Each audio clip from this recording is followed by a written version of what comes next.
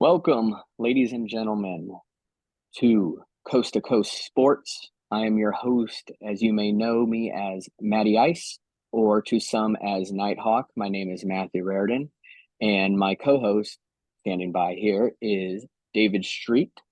And briefly, kind of what we're going to go over here is called Coast to Coast Sports. As you could tell with the O here, I am the resident Oregon Ducks fan, as well as many others in the Booster Club. And if you can't tell by the hat, David Street here is our Florida Gator fan.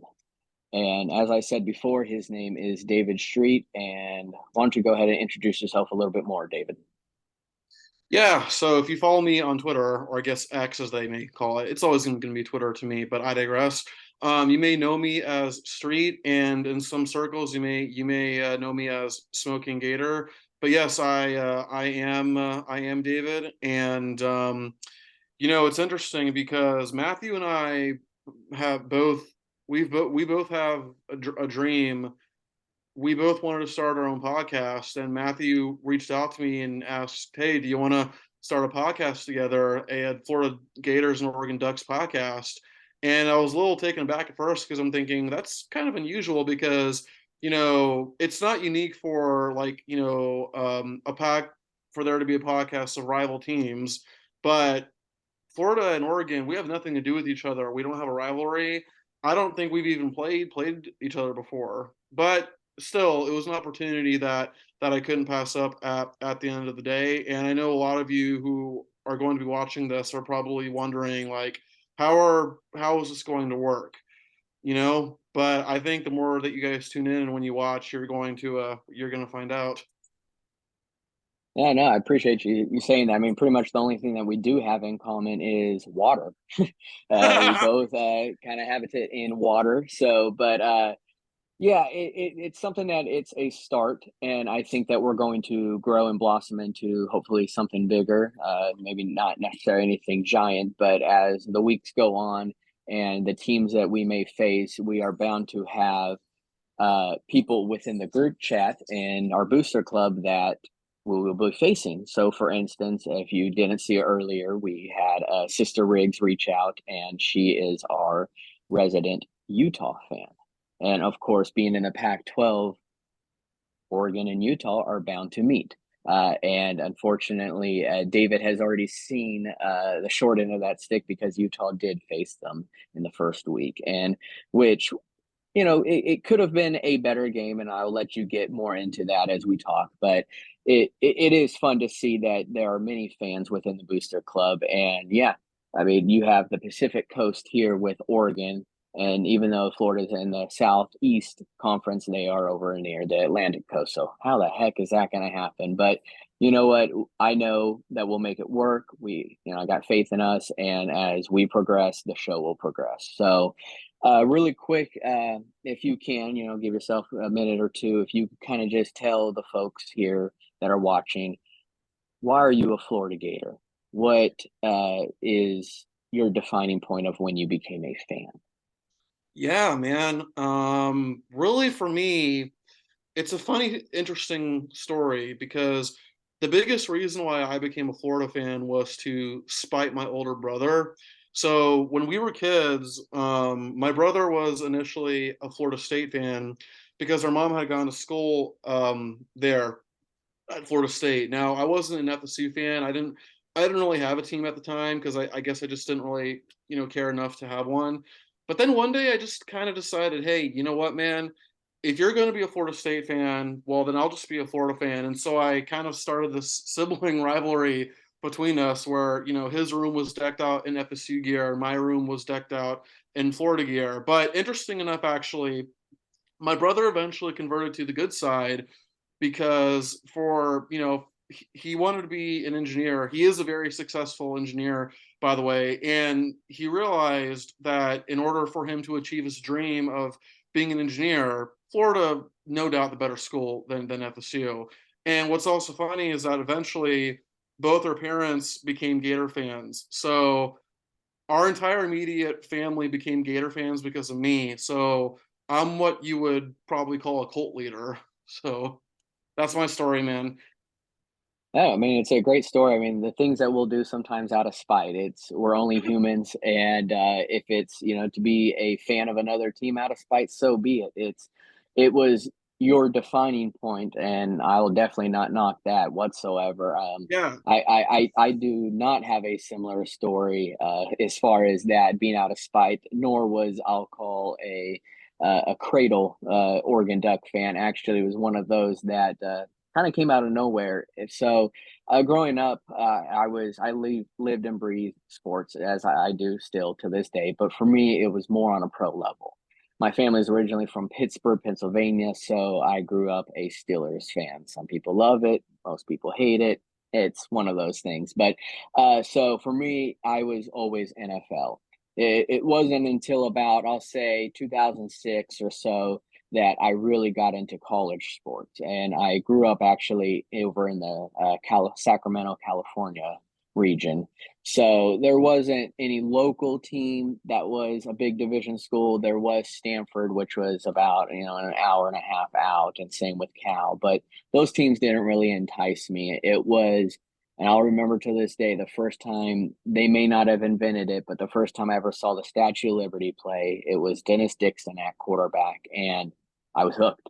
It wasn't the jerseys at first. I mean, that's something that did come later. It was it was how they played. It was their tempo, their style. I was hooked to it, and at that point, I became not only an Oregon Duck fan but a college football fan. So, still to this day, I live and breathe NFL, but college football is right up there, and it's something that actually gets me going, actually a little bit more than NFL. The involvement in college football, the fans, I mean, you will never see a play in the NFL on the very first play be called for a delay of game because they couldn't hear like you can in a college football atmosphere. So, needless to say, I was hooked not only on the Ducks, but I was hooked on college football, and I have been ever since. Yeah, dude, no doubt. And I think, one thing you got going for you, man. So like when I officially became a fan of Florida at the time, we won just one championship in football, and then we, went on to win a couple more after that. And I think it's a great time to be to be a Florida fan. Those were some great times, man. But for you, Oregon hasn't won a championship in football yet. But like I think of all the teams, like of all the college football teams that have yet to win a championship, you guys I think have far and away the best chance because your recruiting is always top notch. Your facilities are arguably the best in the country, at least top three, top five. You got the resources. You pretty much have everything that you guys need. And if or when you guys do win the championship, and you can say, "Hey, I was there when Oregon won its first championship. I was there." Yeah, and I really am hoping that I can say that very soon. You're right. They do have top of the notch facilities. They have a lot going for them there, and we have for a while now. It's just execution. It's can we execute? And I think we're in the right direction. I think we have the great coach at the helm right now with Dan Lanning, and with him bringing that defensive minded coach to Oregon. I think that's really what we need because Oregon's always been known mainly for their offense, for their explosiveness, their hurry up offense, especially the Chip Kelly days. But now that we have that defensive minded coach, I think, piece by piece, we are piecing it together. And I really like the direction we're heading. And I hope that I could, say here in the near future, I was there. I Yeah. watched them win that championship. Uh, and hopefully it's soon. Yeah, and plus, you guys have gone to two championship games within like the past decade or so. So clearly you are capable. You just haven't been able to finish it yet, but clearly you are capable of it. Yeah, yeah, we definitely are. And, we were about a calf away. If you look at Dyer's knee, Dyer's Mhm. leg, his Oh, that calf, was crazy. we were so close. But hey, it's how the cookie crumbles. I don't live on that because if you do, you're not going to be happy. It's my motto has always been don't leave it in the umpire's hands, don't leave it in the ref's hands. Don't that's the case is you can't do that. And we lost to an Auburn team who had Cam Newton there, and Cam Newton was phenomenal, especially that season. And Greatest one then of all time. it is, and for you to be able to admit that as an SEC fan is huge. So you had that, and then we lost to Ohio State. I will not emphasize even though I live in Ohio and not too popular in these neck of the woods, but we came out that game, the opening drive, we scored immediately, and I was excited. I'm like, wow, this is an Ohio State team, even though they were the fourth seed. A lot of people didn't expect them to beat Bama. They were still Ohio State. You can never count them out. And then after that, we got our butts whooped. So it was just one of those games that they got the better of us. But yes, we have been to two national championships within the last decade or so, and I hope that we could be in some more and hopefully win one. Mhm. Uh, Next on our list, I'd like to kind of talk about actually the two games that we've had so far, and then preview our game here next. So I'll go ahead and start with actually the games that Oregon has played. So our first game of the year, we played a Portland State team and put up 81 points. Yeah, a lot of people are like, "Come on, you could have put up just a little bit more, come on, get that 100 piece," and it would have been nice. But we look good. I'm one of those that I don't look too much into it because it is a Portland State team. They are not in our conference. They are not a Power Five team, and but I like to see kind of how things go within that game. We looked very smooth. I like seeing how Bo Nix looked, and we're starting to kind of build the fundamentals of our identity. Our second game was against a very tough Texas Tech team, just as Jake and the boys talked about on their show. Coach Joe McGuire, he's not gonna come out easy. He's gonna come out hard. It's gonna be some smash mouth football, and that's exactly what happened. Tyler Shuck, who used to be a Duck, uh, it was nice being able to kind of see how he's progressed in his career now in college, and he looked great out there for a team that had hadn't won a game yet, even though they had only played one game. You knew that they were going to come out firing and they were going to put up a fight, and that's exactly what they did. I'm not going to lie, I was a little worried how much he was running on us. I'm like, man, we got Dan Lanning there, and we're playing like no defense. We're letting this guy run on us. It doesn't matter. I mean, if he was stepping back in shotgun, uh, single back, no back, he was probably going to run, and he was running all over us. Uh, did come down to the very end. Bo Nix, where he does kind of struggle a little bit towards the end. He put one, he came through for us, and all credit, not only to him but the team. We stuck through it. The only thing that I'm interested in is seeing how our running game is going to be from here on out. We do have Bucky Irving as our running back one, but what are we doing with Noah Whittington and Jordan James? Because it looked like they had no role in that game. I don't know if because we were playing catch up or what it was, but we need to have them more in the run game because that's our identity. Run game, run down the throat, up tempo, pass. We've got Troy Franklin on the outside, who is a phenomenal receiver, who may be one of the first wide receivers drafted this next draft. And we've got all the playmakers around us. So I'm hoping that we come out with a little bit more fire this next game. We're playing Hawaii. I know it's like, all right, well, since the Colt Brennan days, Hawaii hasn't really been relevant, but I don't take any game light. So I hope that we could continue to forge ourselves in what we are to become. So with that being said, we are playing Hawaii this week, and I expect Oregon to come out firing. We are a 38-point favorite. The over under is at 68. I expect actually that over to hit. It's going to be high flying. It's going to be a lot of football there, and you can't take them easy. They have a stud at receiver. His name's Ashlock, and he is a stud. They've played 3 games already, whereas we've only played 2. But within those 3 games, he's put up 315 yards and 3 touchdowns already, all that on 19 receptions. So he's going to be their go-to guy. They don't have much of a run game, so it's Hawaii. All they do is pretty much pass. You know, they're the opposite of a Navy team. So they're going to be passing, and hopefully our defenders, our DBs, can keep up and contain not only the quarterback but the receivers as well. Yeah, I think it's interesting how you talk about Oregon being a run first team because I feel like people know Bo Nix mostly as a passer, but certainly that's the first thing that I affiliate with him with. But the dude's also got legs, and you can correct me if I'm wrong here, but I'm pretty sure he had 10, maybe 11 scores on the ground last year, something like that. He is a very smart runner. I know with him being quarterback one, you don't want him to get hurt. You want him to be smart. You want him to slide. And he got banged up last year, especially in that Washington game. We do have to keep him protected. We only gave up 5 sacks last year, so that's great. But when he's outside that box, he needs to be smart. Throw the ball away or use your legs and slide.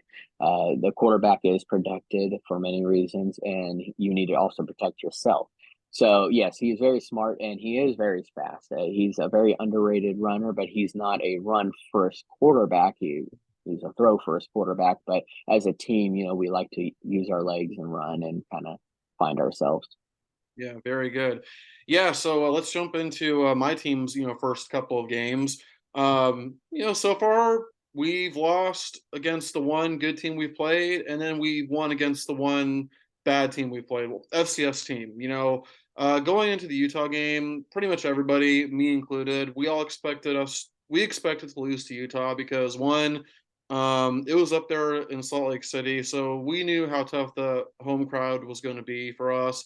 And plus, you have to factor in vengeance here. We beat Utah last year, and if you recall, Utah was very close to beating us until Amari Burney picked off Cam Rising, so that was great. But Utah was very close to beating us. And in fact, I think you could argue that Utah maybe was the better team last year up until that very moment. So you could tell that it was personal for them, man. But just things that stuck out was one, everybody expected Graham Mertz to suck, but Graham Mertz played a solid game. He got well over 300 yards passing, 70% completion, touchdown and interception. Now, to be fair, his numbers were a little misleading because he was kind of throwing dinks and dunks, but still, he was not the reason why we lost that game, which that's the biggest compliment I can give Graham Mertz, for that game.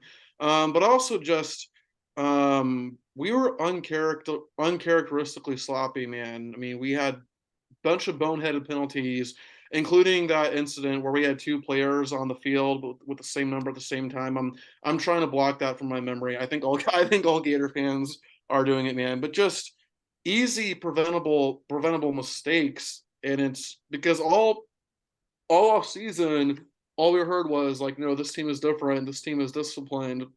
And to be fair, it's only the first game, but we can only go with what we see so far, man. But yeah, just easy preventable mistakes. But something else that stuck out to me, man, was the defense, and it wasn't perfect, and certainly with that blown coverage right away when we gave up that 70-yard touchdown, yikes! But wasn't perfect by any means, man. But I think anybody who watched that game could tell the one thing that stuck out right away was how much better our tackling was. In fact, I think I saw a stat on Twitter um, from a guy named David Soderquist who covers Gator sports. That's David Soderquist. Gator fans who are watching this, you should check out his work. But I think I saw that according to him against Utah, we only missed 2 tackles all game, and that did not surprise me one bit. I can tell you that was the one thing, or one of the few things that stuck out to me right away was just our tackling was so much better. We were actually finishing them, and so there was definitely some positives to take away from the game against Utah. And then of course McNeese State. I mean, we were expected to blow them out, and of course we did. And against McNeese State, we definitely took a different approach. Whereas against Utah, we had more passing attempts and rushing attempts, but against McNeese State, we had way more rushing attempts than we did passing attempts. Of course, the quality of the opponent that we played kind of allowed for that change. But still, like I think we are a run first team. I think Billy, I don't know what Billy was trying to do in the beginning. I guess I don't know. I guess he thought it was better to establish a pass game first because I guess he thought that a run game wouldn't work. I don't know what it was, but Billy needs to realize that we are a run first team, man. We got two of the best running backs in the country in Montreal Johnson and Trevor Etienne. And we got Treon Webb too. You know, Treon Webb had a great game against McNeese State. Yeah, there's really not a lot to judge from McNeese, man. But just positive takeaways from our two games so far, I would say is McNeese is not, or not McNeese. Graham Mertz has not been as bad as people thought he was going to be. He's been a very, very solid game manager, which is what most Gator fans have asked of him. And the defense, again, while not perfect, not elite, through two games has been so much better than last year, especially in the tackling department. Yeah, week one, you're playing against back to back Pac-12 champs. They're looking for a three-peat this year, and they didn't have their starting quarterback. Cam, the Dark Knight Rising, as the boys will call him, was injured, so he was not playing. But it was very sloppy from the beginning. Like you mentioned, having two players with the same jersey numbers out there. It, but it wasn't just you guys. Utah by no means played a clean game either. And at that point, you had to still go face to face with back to back Pac 12 champs. Even though without Cam Rising, Utah will still always put up a great defensive team. And that's exactly what they did. But I to see positives come out of it for Florida, there was a lot of positives. So seeing Graham Mertz, he is a veteran out there. So seeing him and the poise that he has is phenomenal. But there were definitely positives. So we're gonna go ahead and turn to the next chapter, and is in a PG way as you can. Go ahead and talk about your upcoming game against Tennessee. And if you need to call out a specific individual named Voltar, now is your Well, if anybody heard my call this morning, then they pretty much know my feelings, man. I mean, it's no secret. The Florida fans and Tennessee fans, we hate each other. Granted, the Florida fans we don't hate Tennessee as much as Georgia, but the hate is still there, man. Listen, I acknowledge that my team, has a lot to prove. Like I said, we lost against the one good team we played, and then we won against the one team that we were expected to beat. But I look at Tennessee. Yeah, they're 2-0. They can say that. We can't. But they beat a terrible Virginia team, that same team that lost to a James Madison, okay? Now to be fair, James Madison is a very solid Sun Belt team, so I'll grant them that, but still. And then they struggle with Austin Peay. Like you beat an FCS team by only 17 points. And then you had to have a players meeting about it. And here's what like really what I find hilarious. I'm seeing Tennessee fans on social media say like, "Oh well, we haven't opened up the playbook yet. Like that's why our offense." Like, oh, really? You haven't opened up the playbook yet? Then why on earth did you have a players meeting? You think you had a players meeting just for the heck of it? No, I think your own players realized, oh crap, like we actually look terrible against Austin Peay. And sure, Florida might not be Georgia or Michigan, but if we don't fix things, then they are going to kick our butt. And listen, I'm expecting it to be a good game overall, man. Like, I only have us beating them by 7 points, 27-20, but much like how Tennessee's home crowd factor helped them out last year, I think it's going to help us out this year. And I kind of wish that Jake gave me an opportunity to like explain myself further, but I understand they got to keep things going. But yeah, man, I'm looking forward to tomorrow. Yeah, no, you and me both. I think it's going to be a very exciting game. And the thing that I love about sports, especially college sports, is you could have hate, but at the same time, you could also have respect. Mhm. And I think I speak for both me and you is you could go into tomorrow's game and you could put up a fight, they could put up a fight, and you could win or lose by a touchdown difference and still have respect for the opposing team. And that's just the name of the game. And I know that you'll be the first to admit if Tennessee wins, look, congratulations. You played better. You were the victor, and we'll come back again next year, and vice versa. I'm hoping that Tennessee fans can say the same. You are still going to have those toxic fans that do make fan bases look bad. That just comes with the sport. But I think it is going to be a great game, and I do like your prediction as far as it being a touchdown difference. I could see it happening either way.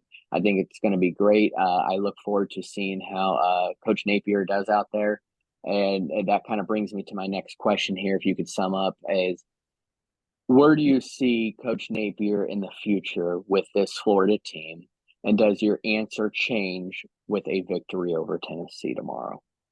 Good question, man. Great question. So, um, right now, the way that I see things with Napier is, and I feel like I've said this a bunch of times, so Florida fans are probably sick of me saying this, but it's always going to be true.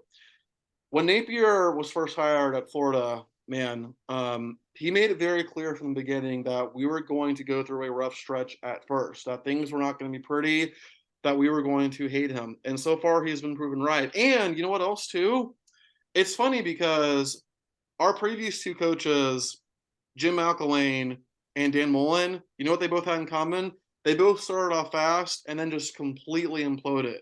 So you would think the Florida fans would be like, okay, so we started off fast at first, but then we imploded. But now we have a guy coming in who is starting off slow, and yeah, it's been frustrating. I will admit that at first because we're Florida, but we have to accept that right now we're not at the level we want to be right now. But don't you kind of want to just go through the pain right now? It's like you want the roses, but you don't want the thorns that come with it. Mhm. Like you want to win now, but you have to understand that you have to go through these rough times in order to get to that moment. And look at Mike Norvell in Florida State. We all thought that Mike Norvell was a joke because Florida State started off slow.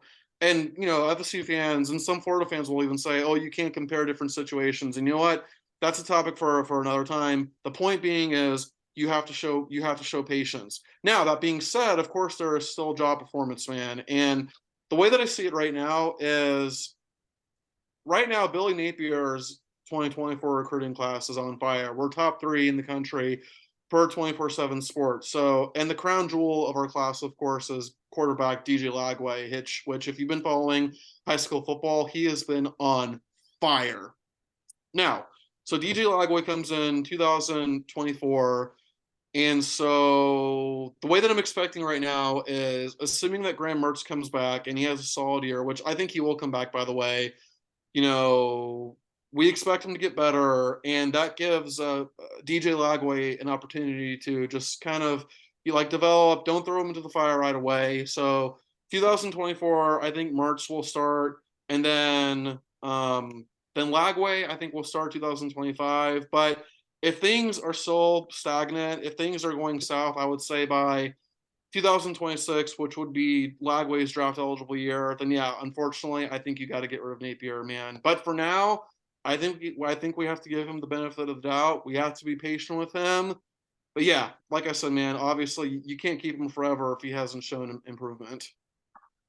No, I agree, and Oregon is in a very similar situation. I won't say with the coach, but I will say with quarterbacks, is we have a 40-year-old at quarterback in Bo Nix and Stetson Bennett 2.0, and we've had Ty Thompson, who is one of the very top recruits, and he's been sitting at that second quarterback position for a while now, and I give him credit for having the patience. He could have left, and he hasn't. He sat there, and he's only going to continue to get better. We've seen it in the pros. We've seen it with Aaron Rodgers sitting behind Brett Favre.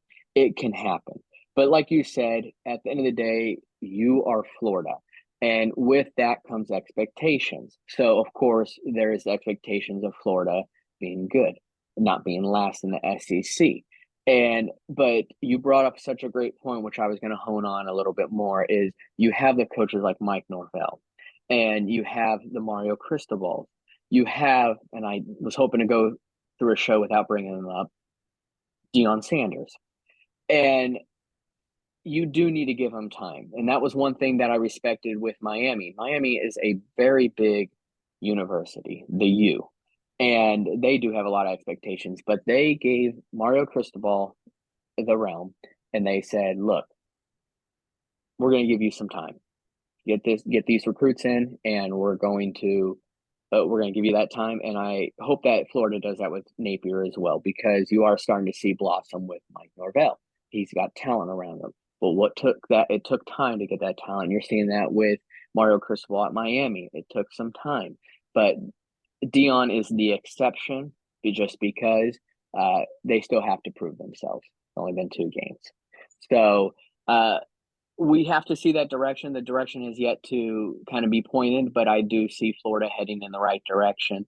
I do think they need to give Napier some time, and then after that 2026 season or so, then you make that decision. But in the time being, you give him that time and you go from there. Uh, but with that being said, we are going to wrap things up here. To those of you who tuned in, who are going to continue to tune in, we thank you. This is just the beginning. We hope that you stick with us from the beginning until, we just keep going. We just keep going, keep going, and keep going. And we hope to give you guys the best content we can. We hope to have people on and to give you the very best, because you guys are the best. So I'm Matty Ice. That's David Street. And we thank you for joining us at Coast to Coast Sports. Until next time, Cheers and go Gators. go Ducks.